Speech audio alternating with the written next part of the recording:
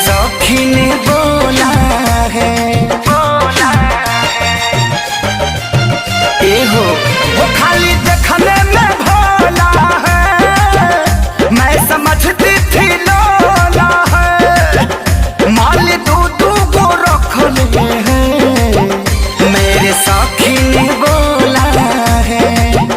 मिलने जाता है मुझको पाता है, झुमका बड़ा बड़ा उसको मुझे छोटा दिया है।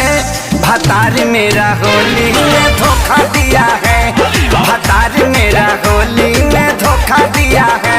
तब मैंने भी देवरा जी को मौका दिया है, तब मैंने भी